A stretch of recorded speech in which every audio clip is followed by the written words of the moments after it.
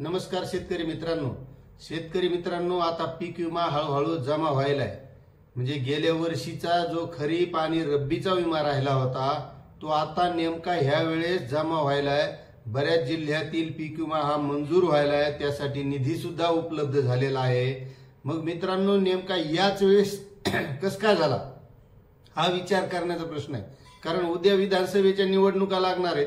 मग नेमका ह्याच टायमाला कस काय, कारण 1 वर्ष झाले, मागच्या वर्षीचा विमा आणखी मिळाला नव्हता। मग जर गेल्या वर्षीच दिला असता तर शेतकऱ्याच्या कामी आला असता की नाही, कारण शेतकऱ्याला बी भरणं असेल, खत असेल किंवा पाईप असेल, शेतीच्या कोणत्याही खर्चासाठी किंवा घर खर्चासाठी हे पैसे त्यावेळी जर मिळाले असते तर प्रत्येक शेतकऱ्याच्या हे कामी आले असते। आणि आता या जिल्ह्यासाठी 245.41 लाख एवढा विमा, म्हणजे 245.41 रुपये विमा हा मंजूर झालेला आहे। आणि काही विमा तर मिळालेला आहे आणि काही आता 1-2 दिवसात मिळणार आहे, असं जिल्हा कृषी अधिकाऱ्यांनी सांगितलेलं आहे। मग मित्रांनो, मला सांगा, हे पैसे नेमके आता निवडणुका आल्या म्हणूनच कसे आले? म्हणजे या सरकारला फक्त आपण दिले एवढं लक्षात राहावं म्हणून ऐन वेळेस का? जर हे वेळच्या वेळी पैसे दिले असते तर त्या शेतकऱ्यांना ते शेतीच्या कामासाठी, निविष्ठा जे त्यांचा खर्च आहे या खर्चासाठी हे उपयोगी आले असते। शेतकऱ्याचे लेकरं बाळ कुठेतरी शाळेत शिकतात, त्यांना पुस्तकं असेल, वह्या असेल, शाळेचा खर्च असेल, शेतकऱ्याचा शेतीचा खर्च असेल, घराचा खर्च असेल, जर हे पैसे वेळेत मिळाले असते तर शेतकऱ्यांना उपयोगी पडले असते। पण असे हे वेळेत कंपन्या, पीक विमा कंपन्या असो, सरकार असो, हे वेळेत पैसे देत नाही। म्हणून आता केंद्र सरकारने सुद्धा एक नियम केलेला आहे मित्रांनो, की जर पीक विम्याचे पैसे हे प्रलंबित राहिले, जास्त काळ शेतकऱ्यांना मिळाले नाही, तर शेतकऱ्यांना आता त्यावर 12% व्याज द्यावं लागणार आहे। म्हणजे गेल्या वर्षीचा जर विमा असेल आणि त्याला 1 वर्ष जर लागत असेल तर वार्षिक 12% व्याज हे शेतकऱ्यांना द्यावं लागणार आहे। तो आता कृषी मंत्री जे आहेत शिवराज सिंह चौहान यांनी तसा नियम केलेला आहे। आता तो या वर्षीच्या विम्यापासून म्हणजे पुढच्या वर्षीपासून लागू होईल। आणि मग त्यामुळे काय होईल की ह्या पीक विमा कंपन्या असो, सरकार असो, वेळेत शेतकऱ्यांना विमा देण्याचं काम करेल। असं ज्यावेळेस त्यांच्या फायद्याच्या काही गोष्टी आहेत, मग शेतकऱ्याच्या लक्षात राहावं आम्ही पीक विमा दिला, तर असं होणार नाही। त्यामुळे शेतकऱ्यांनी सुद्धा या गोष्टी लक्षात घेतल्या पाहिजे की आपला पीक विमा गेल्या वर्षीचं नुकसान झालेलं आहे, नुकसान भरपाई आपल्याला मिळायलाच पाहिजे। मग त्यासाठी शेतकऱ्यांनी सुद्धा पाठपुरावा करायला पाहिजे, शेतकऱ्यांनी सुद्धा एकत्र यायला पाहिजे। आता हा विमा झालेला आहे मंजूर बुलढाणा जिल्ह्यातील। मग बुलढाणा जिल्ह्यामध्ये काही नेते आहेत जे शेतकरी चळवळीत सक्रिय असतात, शेतकऱ्यांचे प्रश्न हिरिरीने मांडतात।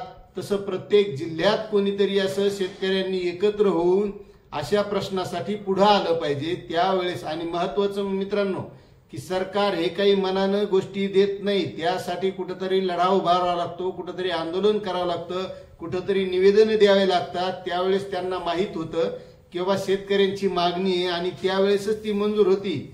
म्हणजे जसं एखादी आई झोळण्यात लेकरू टाकलेलं आहे, ते जोपर्यंत रडत नाही तोवरक त्याला पाज येत नाही, नाही तोवरक तिच्या घरातलेच कामं सुरू असते। पण जेव्हा ते रडतंय का तेव्हाच ती त्याला पाजती, तशीच परिस्थिती आहे। त्यामुळे शेतकऱ्यांनी सुद्धा या गोष्टीसाठी जागरूक असलं पाहिजे, कारण आपला मागच्या वर्षीचा विमा 1 वर्ष झालाय आणि या वर्षी मिळतोय, तर तो बुलढाणा जिल्ह्यासाठी मंजूर झालेला आहे। आणि तो विमा आहे मित्रांनो 2023-24च्या रब्बी हंगामाचा 245.41 कोटी, म्हणजे 245.41 लाख रुपये एवढा विमा मंजूर झालेला आहे। आणि आतापर्यंत 12.93 कोटी रुपये खात्यात सुद्धा वळती झालेले आहेत। आणि उर्वरित 112.29 कोटी रुपये ही नुकसान भरपाई पुढील 1-2 दिवसात शेतकऱ्यांना मिळणार आहे, असे विमा कंपनीने सुद्धा लेखी कळविलेले आहे। आणि हे जिल्हा कृषी विभागातर्फे माहिती देण्यात आलेली आहे।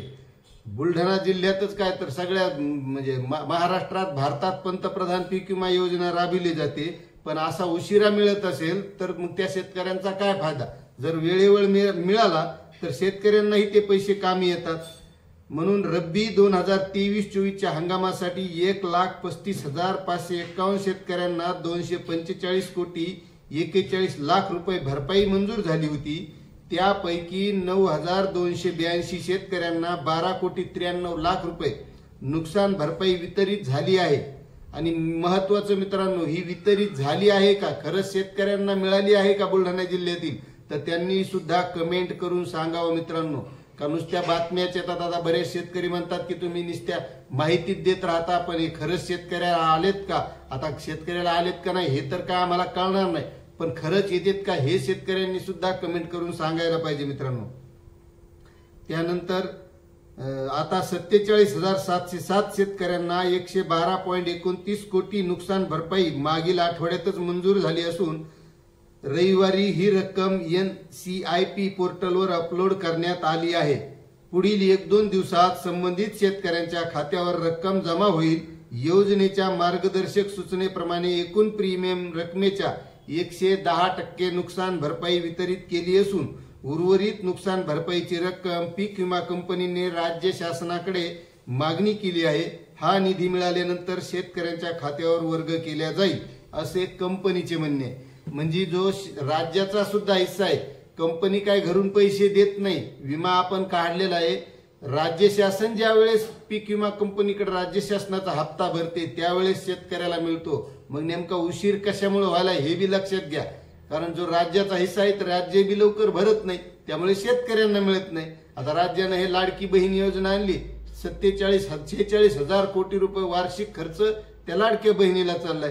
त्यापेक्षा जर त्या सोयाबीनला जर 1,500-2,000 हजार रुपये भाव वाढून दिला असता तर शेतकऱ्यांनी मेहनत केली असती आणि उत्पन्न वाढवलं असतं. आणि उत्पन्न वाढलं म्हणजे शेतकऱ्यांना त्याचा जास्तीचा फायदा होतो. हे जे असं अनुदान येते किंवा हे लाडकी बहीणचे 1,500 यायले फिक्स, बरे 1,500 यायले ते यामध्ये शेतकऱ्याचंच नुकसान आहे.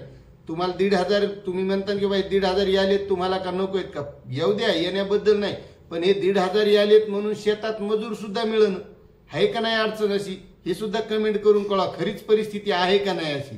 आणि हा जो बुलढाणा जिल्ह्यासाठी विमा मंजूर झालेला आहे तर आता हा शेतकऱ्यांना खरंच मिळाला का नाही हे सुद्धा कमेंट करायला विसरू नका मित्रांनो. आणि आता 1-2 दिवसात जो येणार आहे तो सुद्धा मिळेल का नाही, मिळाला का नाही हे सुद्धा कमेंट करून सांगा. अशी ही बुलढाणा जिल्ह्यासाठी माहिती होती मित्रांनो. आपल्याला माहिती कशी वाटली नक्कीच कमेंट करून कळवा. आणि चॅनलवर नवीन असाल तर सबस्क्राईब करायला विसरू नका. आणि ही माहिती प्रत्येक शेतकऱ्यापर्यंत पोहोचवा, कारण शेतकऱ्याला शेतकऱ्यांनीच मदत करायची असती, एवढं लक्षात ठेवा. भेटूया अशात नवीन माहितीसह नवीन व्हिडिओमध्ये. तोपर्यंत जय हिंद, जय महाराष्ट्र, जय किसान.